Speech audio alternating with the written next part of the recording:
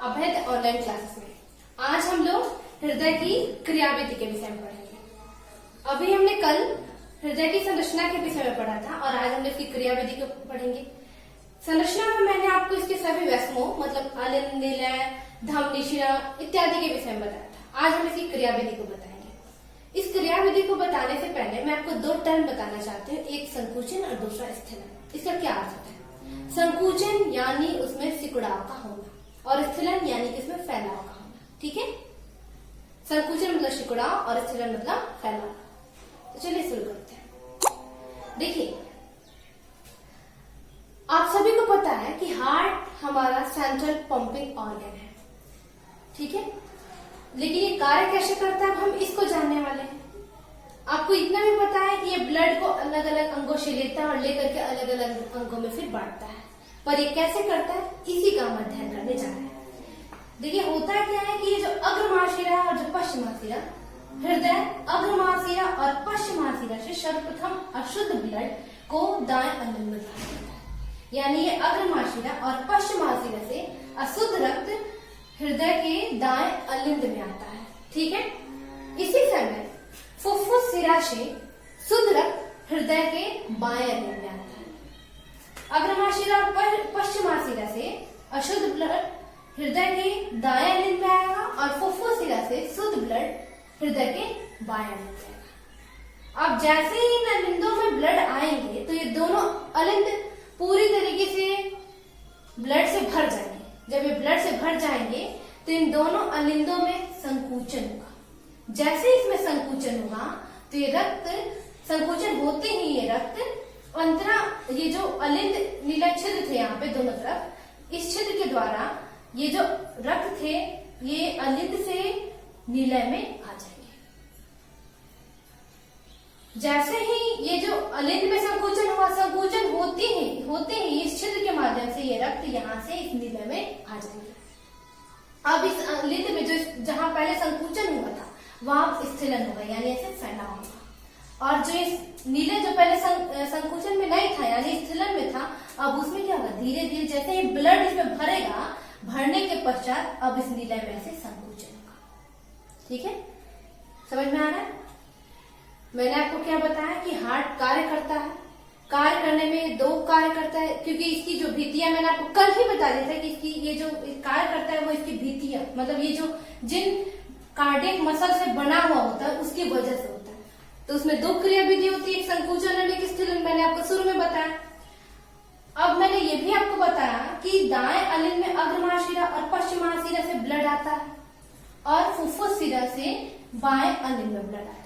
दोनों अलिंदों में संकुचन होगा। जैसे ही दोनों अलिंद में संकुचन होगा, रक्त जो है नीलय में आ जाएगा। ठीक है, जब इसमें संकुचन होता रहता है तब ये नीले स्थिलन में रहते हैं, मतलब आराम से रहेंगे, रिलैक्स रहते हैं और इसमें फैला रहता है। अब चूंकि ब्लड इस अलिंद से इस नीला में आ रहा है तो अलिंद क्या हो जाएगा, स्थिलन में आ जाएंगे। और ये जो नीले थे जो पहले स्थिलन में थे वो ब्लड भर जाने के बाद ये क्या हो जाएंगे, ये ऐसे संकुचन में आते हैं। ठीक है, समझ में आ रहा है? अब देखिए, मैं आपको यहाँ पे बात बता रही हूँ कि जो अग्रमाशिरा होता है जो पश्चिमाशिरा, देखिए इस दोनों में सीरा लगा हुआ है। सीरा, ये सीरा जो होते हैं अशुद्ध रक्त को हमारे शरीर के अन्य भागों से दाएं अलिंद में लाते हैं। ठीक है, अग्रमाशिरा पश्चिमाशिरा शरीर के अन्य भागों से अशुद्ध रक्त को दाएं अलिंद में लाते हैं और ये जो फुफ्फुस शिरा होता है ये अपवाद में आता है, ये शुद्ध ब्लड को लंग्स से यानी फेफड़ा से मतलब बाएं अलिंद में लाता है। तो चूंकि दाएं अलिंद में जैसे ही संकुचन हुआ था, मतलब अलिंद में जब संकुचन हो रहा था उस क्रम में दाएं अलिंद के संकुचन से ब्लड जो इधर नीला में गया था, इस 3 नंबर नीला में, तो यहाँ पे अशुद्ध ब्लड था तो ये कौन सा ब्लड रहेगा, अशुद्ध ही रह जाएगा। तो दाएं नीला में भी अशुद्ध ब्लड आ जाता है। ठीक उसी तरीके से जब बाएं अलिंद में संकुचन होता है जो कि क्या है, जिसमें शुद्ध ब्लड है, शुद्ध ब्लड यानी इसमें ऑक्सीजन भी प्रचुर मात्रा में है, तो ये वाला ब्लड जैसे ही इसमें संकुचन हुआ तो ये वाला ब्लड कहाँ है, बाएं नीले में आ गया है। ठीक है, अब बाएं नीला में जैसे अलिंद में संकुचन हो चुका है, हम जान चुके हैं, और ब्लड कहाँ आ गया है, नीला में। नीला में पूरी तरीके से ब्लड से भर चुका है, अब इसमें भी संकुचन हो रहा है। जब इस नीला में संकुचन हो रहा है तो अलिंद में क्या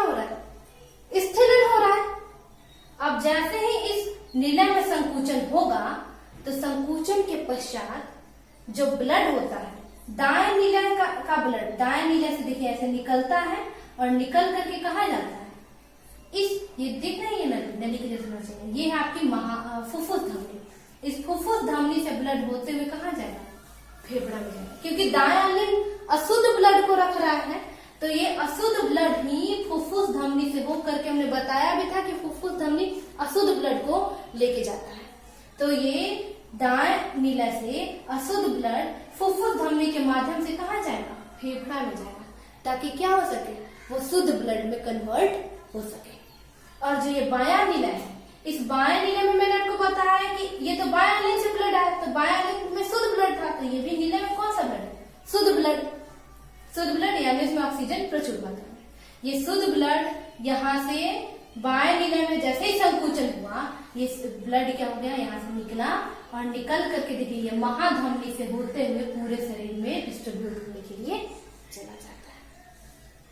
समझ में आ रहा है, और पूरे बॉडी में डिस्ट्रीब्यूट होता है। इस प्रकार से हमारे पूरे बॉडी में ब्लड हमेशा डिस्ट्रीब्यूट होते रहता है, और जो भी ब्लड जो अशुद्ध यहाँ से जाता है, ये कहाँ चला जाता है, लंग्स में, ताकि वो फिर से शुद्ध हो, और फिर से शुद्ध हो वो ये कहाँ आता है, इस फुफ्फुस शिरा के माध्यम से बायां अलिंद में आता है। यानी कि हम लोग क्या पढ़े आज, हमने ये पढ़ा कि ये हार्ट कार्य कैसे करता है, और ये जो हार्ट की क्रिया विधि होती है वो एक तालबद्ध क्रम में होती रहती है। तालबद्ध यानी एक रिदमिक प्रोसेस में होती है, मतलब एक बार संकुचन हुआ, फिर स्थिलन हुआ, फिर संकुचन हुआ, फिर स्थिलन हुआ, एक लय में चलती रहती है। ऐसा नहीं कि संकुचन हो रहा है तो बस संकुचन ही हो रहा है, और स्थिलन हो रहा है तो बस स्थिलन ही हो रहा है, नहीं, वो एक क्रम में चलता रहता है। तो क्या होता है, मैंने आपको क्या क्या बताया कि हार्ट चूंकि हमारा एक पंपिंग ऑर्गन है, तो एक कार्य अगर करने, इसकी कार्य विधि को हम देख रहे हैं, तो इसमें क्या होता है, सर्वप्रथम अग्र महाशिरा और पश्चिम महाशिरा से अशुद्ध ब्लड दायां अलिंद में आता है, और फुफ्फुस शिरा से शुद्ध ब्लड बाएं अलिंद में आता है। जैसे ये अलिंद ब्लड से पूरी तरीके से भर जाते हैं, तो इन अलिंदों में संकुचन होता है, और जैसे इसमें संकुचन होगा तो ये ब्लड फिर ये अलिंद नीले छिद्र के माध्यम से ये ब्लड कहाँ जाते हैं, नीले में आ जाते हैं। ठीक है, नीले में आ जाते हैं। अब यहाँ पे जो द्विदलीय कपाट है ना, ये कवर कर देती है, इसको ऐसे बंद हो जाती है, और ऐसे इधर से त्रिदलीय कपाट भी ऐसे बंद हो जाती है, तो ये ब्लड जो होता है पुनः इस अलिंद में नहीं जा पाता है और नीला में रहता है। अब ये अलिंद में स्थिलन हो चुका है, ब्लड कहाँ आ चुके हैं, नीला में। अब नीला पूरी तरीके से ब्लड से भर चुका है। जब नीला पूरी तरीके से ब्लड से भर चुका है, तो अब इसमें नीला में क्या होगा, ऐसे संकुचन होगा। जैसे ही नीला में ऐसे संकुचन होगा, तो संकुचन के पश्चात ये यहाँ से ब्लड बाएं अलिंद से शुद्ध ब्लड निकल करके धमनी के माध्यम से पूरे शरीर में डिस्ट्रीब्यूट होने के लिए जाता है। ठीक है, मतलब पूरे शरीर में वो गमन करने लगता है। अब ये ब्लड की प्रक्रिया पढ़ेंगे तो हम उसको जानेंगे। मतलब बाएं नीला से शुद्ध ब्लड निकल करके महाधमनी में जाता है, और वहां से पूरे बॉडी में अलग अलग धमनियों के द्वारा क्या होता है, पूरे बॉडी में डिस्ट्रीब्यूट मतलब बढ़ता है। ठीक है, और आगे क्या होता है, ये जो दाएं नीला से अशुद्ध रक्त, आपको पता है दाएं अलिंद से आया तो कैसा रक्त है, अशुद्ध रक्त क्या होता है कि फुफ्फुस धमनी के माध्यम से कहाँ जाता है, लंग्स में, फेफड़ा में जाता है, ताकि ये शुद्ध हो सके। ठीक है, समझ में आ रहा है। तो चूंकि देखिए, एक बार आपने क्रिया विधि जान ली, क्रिया विधि से आप अवगत हो गए कि अग्र महाशिरा पश्चिम महाशिरा से अशुद्ध आता है, फुफ्फुस शिरा से शुद्ध आता है, और अब इन दोनों अलिंदों में संकुचन होता है और ब्लड कहाँ आता है, नीला में। फिर जब इसमें संकुचन होता है तो नीला स्थिलन में रहते हैं, और जब अब नीला में स्थिलन होता है तो अलिंद क्या होते हैं, इसमें संकुचन होता है तो अलिंद आपके स्थिलन में आ जाते हैं। जैसे ही संकुचन होता है तो बाएं नीला से अशुद्ध रक्त महाधमनी, और दाएं नीला से बाएं नीला से शुद्ध रक्त महाधमनी, और दाएं नीला से अशुद्ध रक्त फुफ्फुस धमनी के द्वारा ये लंग्स में चला जाता है, और ये पूरे बॉडी में चला जाता है।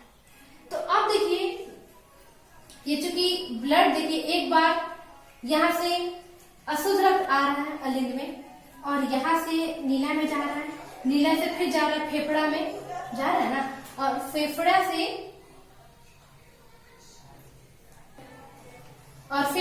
फिर फुफ्फुस शिरा से इधर बाएं अलिंद में आ रहा है। यानी एक ही ब्लड, सपोज कि 100 ग्राम ब्लड है, तो वो 100 ग्राम ब्लड एक बार अग्र महाशिरा पश्चिम महाशिरा से, मान लीजिए वो अशुद्ध है, आया अलिंद में, और फिर यहाँ से दाएं नीला में, और यहाँ से फिर फुफ्फुस धमनी में, फिर फेफड़ा में, और फिर वही ब्लड शुद्ध होने के बाद फुफ्फुस सिरा से बाएं नील में आता है, और बाएं नील से फिर बाएं नील में, और उसके बाद फिर महाधमनी के द्वारा बॉडी में जाए। समझ रहे हैं ना आप? मैंने क्या बताया कि मान लीजिए 100 ग्राम ब्लड है, वो अशुद्ध है, वो अशुद्ध ब्लड अग्रमाशय और पश्चमाशय से दाएं नील में आया, और दाएं नील में आने के बाद बाएं नीला में गया, सॉरी दाएं नीला में गया, और यहाँ से फिर फुफ्फुस धमनी से किधर गया? फेफड़ा में, और फिर फेफड़ा से वो फुफ्फुस सिरा के माध्यम से शुद्ध होने के बाद, अब तक अशुद्ध था पर फेफड़ा में जाने के बाद वही ब्लड क्या हो गया? शुद्ध हो गया, और वही शुद्ध ब्लड फुफ्फुस सिरा से बाएं नील में आया, और बाएं नील में आने के बाद बाएं नीला में, और वहां से फिर महाधमनी द्वारा पूरे बॉडी में डिस्ट्रीब्यूट होने के लिए गया। तो चूंकि ब्लड एक ही ब्लड एक बार इधर जा रहा है, फिर एक बार इधर से आ रहा है, हो रहा है ना? हृदय के मान लीजिए अगर हम दो तरफ बांट रहे हैं, दायां बांट, एक बार दायां में जा रहा है, फिर एक बार बायां में जा रहा है, तो एक ही ब्लड 2 बार जा रहा है ना, तो जा रहा है। इसलिए चूंकि देखिए आपने अभी देखा कि एक बार अगर हम हृदय में 2 भाग ऐसे बांटते हैं, सपोज है, तो एक बार वही ब्लड दाएं में जा रहा है, फिर वही ब्लड एक बार बाएं में आ रहा है, 2 बार चक्कर ले रहा है ना, इसलिए इसे हम लोग रक्त का द्विगुण परिवहन भी कहते हैं, जिसके विषय में हम लोग और अच्छे से कल जानेंगे, और कल हम लोग हृदय चक्र के भी मतलब कार्डियक साइकिल के विषय में भी जानेंगे, और समय रहा तो हार्ट रेट के विषय में भी जानेंगे, सॉरी हार्ट बीट के विषय में भी जानेंगे। तो आज हम लोग क्या जाने, आज हमने बस इसकी सर्कुलेशन मतलब कैसे ये कार्य कर रहा है, हार्ट हमारा कैसे कार्य कर रहा है, इसके विषय में जाना। मैंने आपको बताया कि अग्रमाशय और पश्चिमाशय से अशुद्ध ब्लड दायां नील में आता है, और फुफ्फुस सिरा से बायां नील में आता है। जैसे ही इसमें आता है, ये इस दोनों में संकुचन होता है, और वही अलिंद नीला क्षेत्र के माध्यम से नीला में आते हैं। जैसे ही ये नीला में दोनों ब्लड दाएं से अशुद्ध रक्त आया और बाएं से शुद्ध रक्त आया, अब इन दोनों निलयों में जैसे ब्लड भरेंगे, तो इधर से मैंने बताया कि द्विदलीय कपाट भी बंद हो जाता है, और इधर से त्रिदलीय कपाट भी बंद हो जाता है। अब द्विदलीय बाएं तरफ द्विदलीय और दाएं तरफ त्रिदलीय से बंद हो चुका है। अब ये दोनों नीला में संकुचन होता है, और दाएं नीला से अशुद्ध रक्त इस फुफ्फुस धमनी से लंग्स में शुद्ध होने के लिए चला जाता है, और बाएं नीला से शुद्ध ब्लड दाएं से देखिए अशुद्ध जा रहा है फुफ्फुस धमनी से होते हुए लंग्स में, और बाएं नीला से शुद्ध रक्त महाधमनी से होते हुए पूरे बॉडी में डिस्ट्रीब्यूट होने के लिए चला जाता है। समझ में आया? तो ये हमारे हृदय की कार्यविधि होती है, जो कि लयबद्ध क्रम में एक रिदमिक प्रोसेस में होती है। ठीक है, तो अगर आपको मेरी वीडियो पसंद आई हो तो लाइक करें, शेयर करें, और हमारे चैनल को सब्सक्राइब कीजिएगा जरूर।